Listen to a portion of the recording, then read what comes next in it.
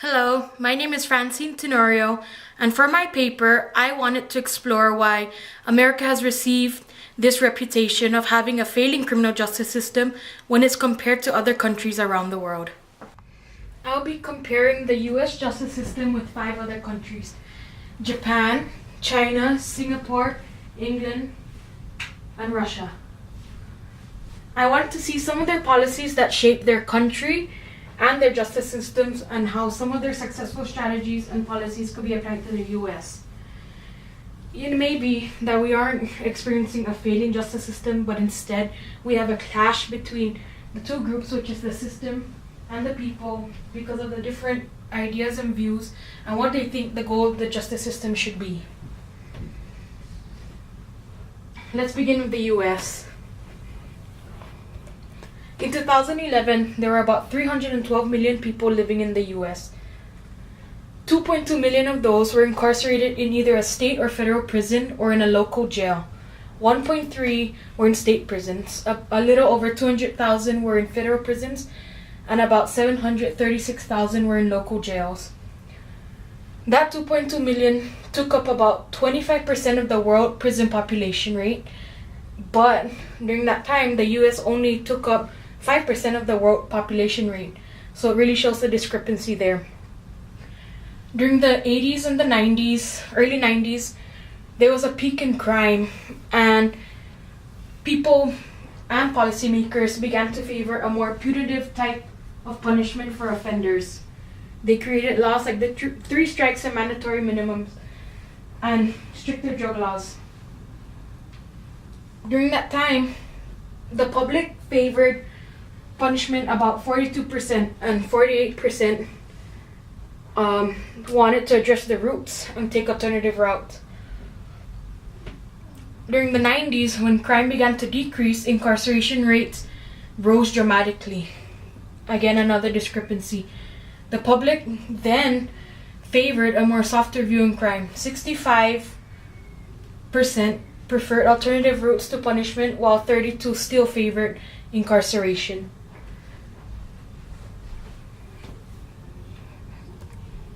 Some policies created during the Get Tough time were mandatory minimums, 3 strikes.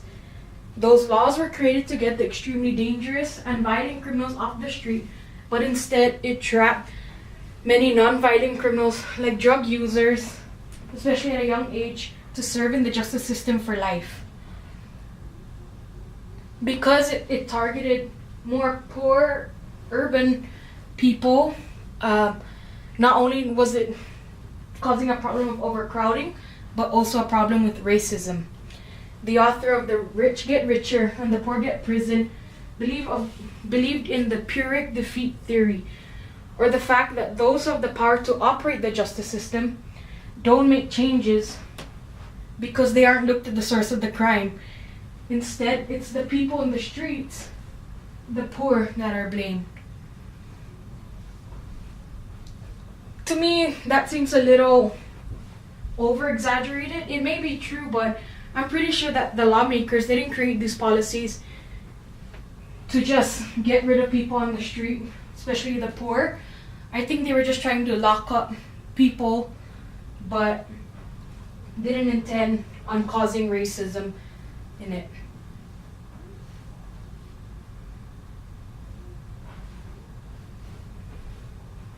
One quote I read was that people's beliefs about the fairness of a situation influences human emotion, beliefs, and behavior, and may serve as an important motive in social behavior. When people feel that they're being treated unfair by the system, they retaliate back, like with criminal activity. For example, the Michael Brown case. Michael Brown was an unarmed teen in Ferguson, Missouri, who was approached by a police officer for robbing a convenience store. Michael Brown was shot to death by the officer, and it created a major uproar today in the US. I think that really shows that there's a clash in what people think is fair and what the law is. Of course, we have to take into consideration that he was killed, and probably unfairly because he was unarmed, but I think some of the jury try to look at it as he was robbing a convenience store at the same time. So I think some people think it is unfair, but sometimes we just need to be educated and learn some of the facts that were included.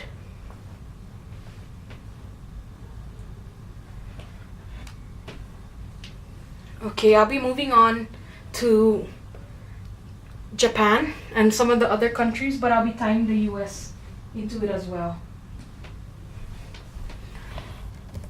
So in Japan, it's obvious that people are raised differently and live differently than here in the US. They are more socialized in a way that is conformist and consensus oriented, and that regulates behavior. Because there is a strong bond with social institutions and how other people think of one another. The Japan justice system just used a reintegrated shaming approach instead of more punitive type punishments. In the early 2000s, a moral panic occurred when a scandal broke loose in the justice system. But for the justice system to keep its integrity, they created this hype along with the media and the government that made it seem like crime was occurring at a fast rate in Japan. About 75 to 80% of the public really believe that crime has caused Japan to be a more dangerous place, but in reality they were given that way of thinking by a false impression. The reality of it is that the economy was dropping, so people were more desperate and causing crime and trying to obtain things in an illegal way. The death penalty in Japan is used, but it's not mandatory for any crime. Because of their honor code, it's done always in secret, and the person offending is not told until the day of being put down that they will be. Because of that moral panic, I think it caused Japan to become a more punitive type criminal justice system, and they started to stray away from that reintegrated shaming approach because of that fear that the community had. They needed to feel like they were being protected by their justice system. Okay, so in China, they use the death penalty as punishment a lot more than the US, and actually used it the most in 2013. Because of its massive population, the death penalty was used to deter others, and it actually worked because compared to the US, they may have a high incarceration and crime rate, but it is low when comparing populations. China is about 4 times greater than the US in population, but their crime rate is lower. China didn't only rely on prison as the main source of punishment. They use labor camps, jails, drug detox centers, and re-education programs. Those programs were used not to punish people, but to try to change their way of thinking. Another reason why China's justice system was positive and successful, according to Shaw, was the split of responsibilities. There were 4 main groups. The Supreme People's Procuratorate was in charge of investigation and prosecution. The Supreme People's Court conducted trials. The State Council makes sure that order and fairness were maintained in their correction facilities, and the Ministry of Justice managed those facilities. So this is just a chart of what countries used the death penalty in 2013 and how much. China's leading with 2,400 and the US has 39. And it says that Asia is the site of at least 85% and as many as 95% of the world's executions. Or unlike other countries, there were very strict laws for even minor actions, including spitting, chewing gum, and littering.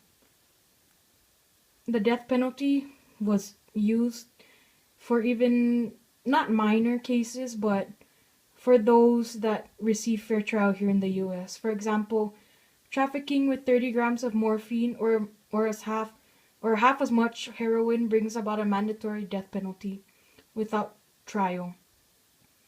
The same goes for intent to murder with a firearm or being an accomplice to murder. In the 1980s, Singapore had the same population size as Arkansas, Kansas, Mississippi, and Oregon, but also had lower rates in robbery and murder than those four states.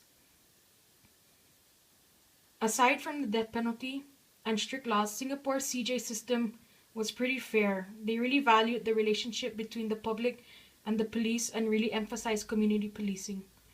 They created this urban renewal project which improved homes and created flats for people of the lower class families. A fourth drop has been reported after the renewal of community policing in incidents of crime, delinquency, private disputes.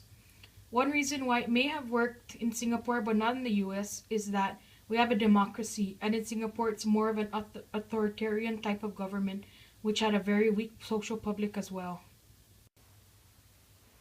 In England, the current prison population is less than the population here in Boise, Idaho, and definitely lower than US's 2.2 million.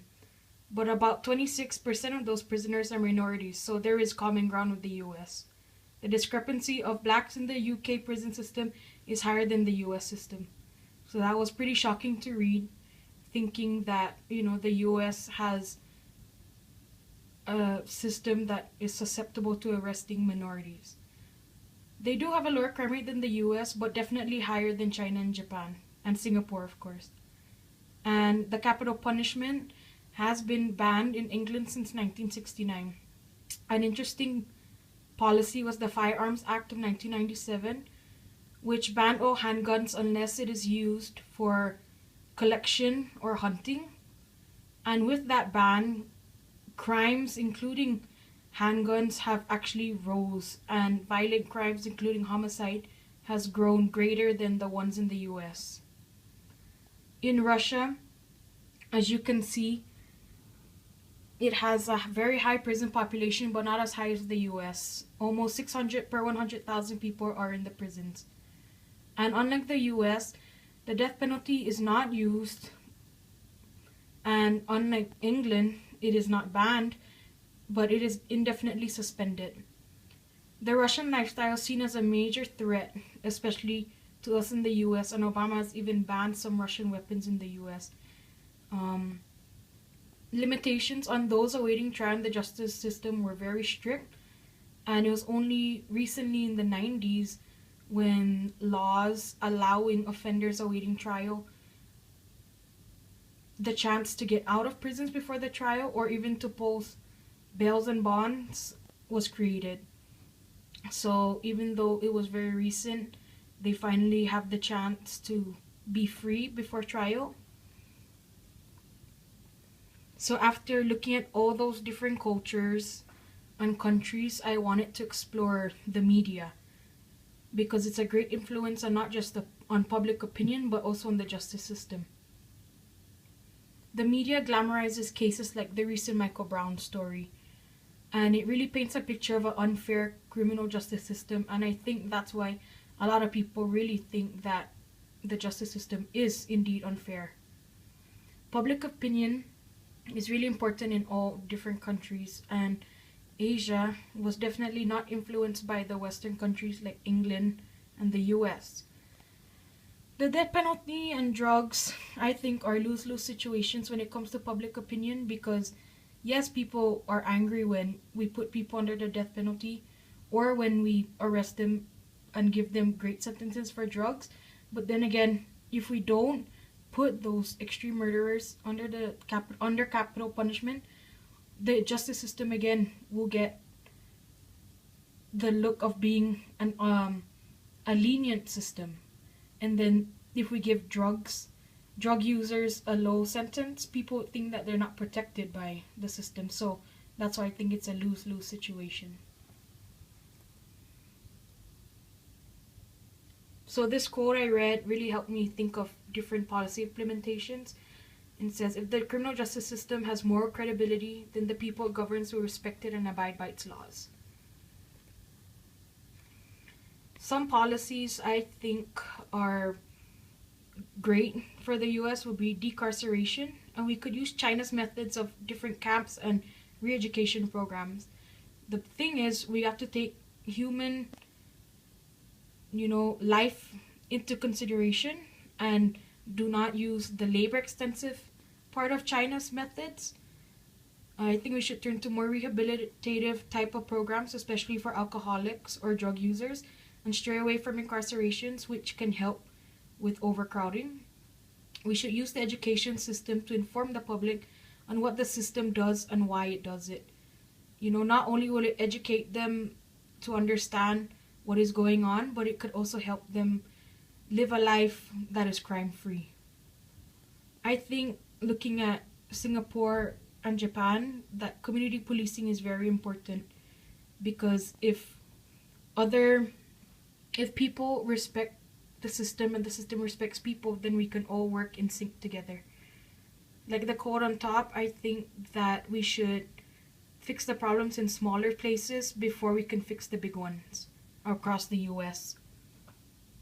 Because not every solution will work in the US as a whole, but if it could fix the smaller ones, then hopefully it could spread around.